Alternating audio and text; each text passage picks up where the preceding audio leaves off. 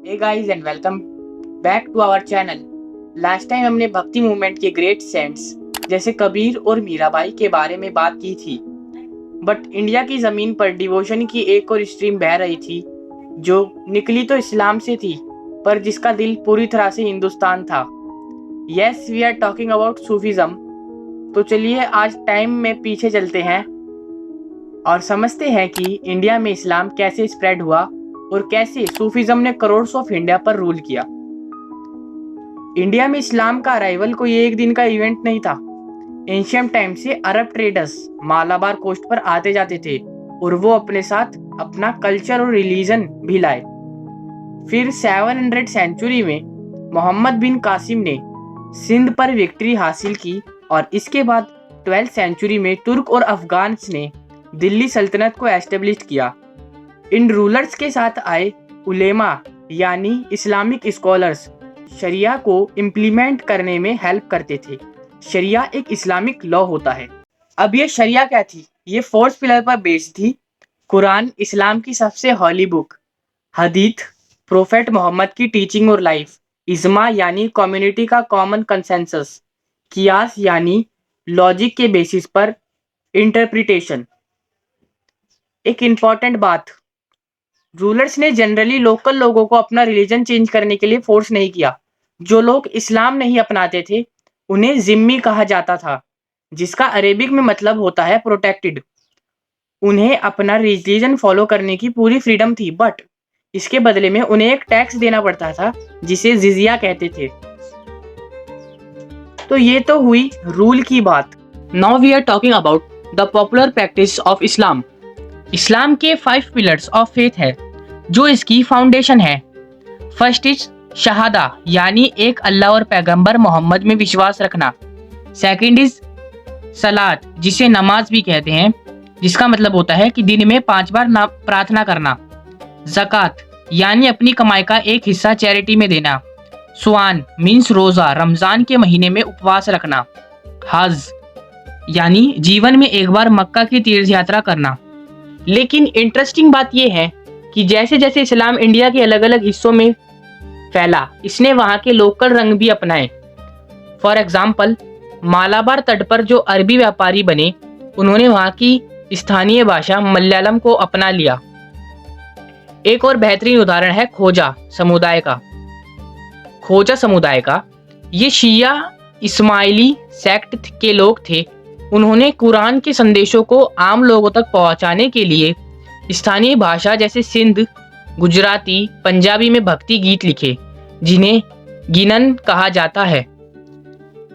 उन्होंने इन शब्दों को लिखने के लिए एक नई स्क्रिप्ट जिसको खोजगी कहते हैं उसे भी विकसित की। इसी तरह भारत में नए आर्किटेक्चरल स्टाइल्स भी आए जैसे मस्जिदें जिनमें मक्का की तरफ इशारा करता हुआ मिहराब होता था।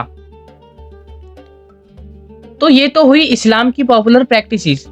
बट कॉमन पीपल के बीच इस्लाम इतना पॉपुलर कैसे हुआ? इसका आंसर है सूफीज्म। सूफीज्म इस्लाम का एक लिबरल और मिस्टिकल फेज था। सूफी वर्ड प्रोबेबली सूफ से आया है जिसका मतलब है वूल। अर्ली सूफी सेंट्स बहुत सिंपल लाइफ जीते थे और वूल के कोर्स क्लोथ्स पहनते थे।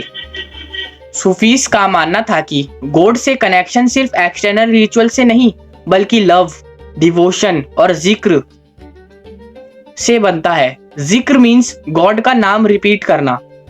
उन्होंने रेडिकलिज्म को रिजेक्ट कर दिया और ह्यूमैनिटी को सबसे बड़ा रिलीजन माना। अब 11th सेंचुरी तक सूफीज्म एक ऑर्गेनाइज मूवमेंट बन चुका था। सूफी मास्टर को पीर, मुर्शिद या शेख कहते थे और उनके डिसाइपल्स को मुरीद। ये मास्टर खानगा में रहते थे जहां वो लोग को टीचिंग देते थे। मास्टर के बाद उनके मोस्ट कैपेबल डिसाइपल को खलीफा यानी सक्सेसर चुना जाता था। इस तरह मास्टर और डिसाइपल की एक अनब्रेकेबल चेन बनती थी जिसे सिलसिला कहते थे।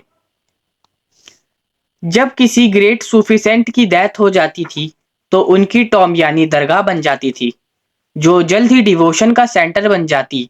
लोग अपनी विशेष के लिए, ब्लेसिंग्स पाने के लिए वहां जियारत करने जाते थे। इंडिया में कई सूफी सिलसिलास आए, बट सबसे पॉपुलर हुआ चिश्ती सिलसिला। दिल्ली में यमुना रिवर के पास शेख निजामुद्दीन औलिया की खानगाह थी। ये सिर्फ एक आश्रम नहीं, बल्कि एक सोशल सेंटर था। यहाँ एक लंगर चलता था, जहाँ कास्ट और रिलीजन के भेदभाव किए बिना हर नीडी को खाना मिलता था। रिच पुअर, हिंदू मुस्लिम सब यहाँ आते थे। निजामुद्दीन औलिया के सबसे बिलोव्ड डिसाइपल दी अमीर खुसरो, एक ग्रेट पोएट और म्यूजिशियन, उन्होंने सूफी मैसेज को कॉमन पीपल तक पहुंचाने के लिए लोकल लैंग्वेज हिंदवी के यूज किया और कव्वाली को पॉपुलर बनाया, जो आज भी हमारे दिल को छू जाती है। चिश्ती सेंट्स ने लोगों से कनेक्ट करने के लिए लोकल लैंग्वेजेस और स्टोरीज को भी अडॉप्ट किया। जैसे मलिक मोहम्मद जायसी ने पद्मावत लिखी। जी हाँ, पद्मावत, ये रानी पद्मिनी और अलाउद्दीन खिलजी की एक लव स्टोरी है, बट एक्चुअली ये सोल पद्मिनी और गॉड खिलजी के मिलान की एक सूफी सिंबॉलिक स्टोरी है। तो दोस्तों, ये थी सूफी कहानी जिसने रिलीजन्स की वॉल को तोड़कर लोगों को लव के धागे में पिरोया। सूफी सेंट्स ने हमें सिखाया कि गॉड तक पहुंचने के रास्ते अलग हो सकते हैं, बट डेस्टिनेशन एक ही है, लव एंड ह्यूमैनिटी। आपको ये जर्नी कैसी लगी कमेंट्स में जरूर बताना। वीडियो पसंद आए तो लाइक एंड सब्सक्राइब मत भूलना। मिलते हैं नेक्स्ट एपिसोड में। जब तक के लिए जय हिंद, जय भारत।